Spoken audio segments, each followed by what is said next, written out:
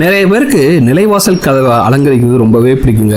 நம்ம வாடகை வீட்டில் தான் அலங்கார கதவு இல்லை, சொந்த வீட்டிலையாச்சும் பார்த்தீங்கன்னா நல்ல ஒரு அலங்காரமாக ஒரு நல்ல பெரிய நிலவாசல் வச்சுக்கொள்ளலாமே அப்படிங்கிறது எல்லாரோட எண்ணம். அது தப்பும் சொல்ல முடியாது. ஏன்னா நம்ம சொந்த வீடு நம்ம இஷ்டப்படியாக வச்சுக்கலாம் அப்படிங்கிறது நம்மளோட எண்ணமாக தான் இருக்கும்.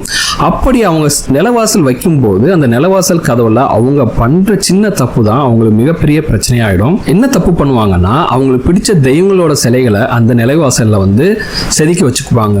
குறிப்பா பாத்தீங்கன்னா மகாலட்சுமி, கஜலட்சுமி, பிள்ளையார், முருகர், அப்படி இல்லைன்னா அவங்களுக்கு எந்த தெய்வம் பிடிக்குமோ அந்த தெய்வத்தோட திருவுருவத்தை கதவுல பதிச்சு வச்சுப்பாங்க. இதுதான் அவங்க பண்ற முதல் தவறு. கதவுங்கிறது பாத்தீங்கன்னா இந்த பக்கமும் அந்த பக்கமும் ஆடிக்கொண்டே இருக்கும். அதனால அந்த கதவை திறந்து மூடும் போது அந்த தெய்வங்களும் கதவோட சேர்ந்து ஆட்டம் கண்டு கொண்டே தான் இருப்பாங்க. இதனால பாத்தீங்கன்னா வீட்டில் சொல்ல முடியாத அளவுக்கு மன கஷ்டம், சண்டை சச்சரவுகள் வரும். ஆகவே கதவில் ஒருபோதும் சுவாமி படங்களை செதுக்கி வைக்காதீர்கள். இது என்னோட முக்கியமான வேண்டுகோள். எந்த ஒரு காலத்திலையும் சுவாமி படங்களை செதுக்கி வைக்காதீங்க.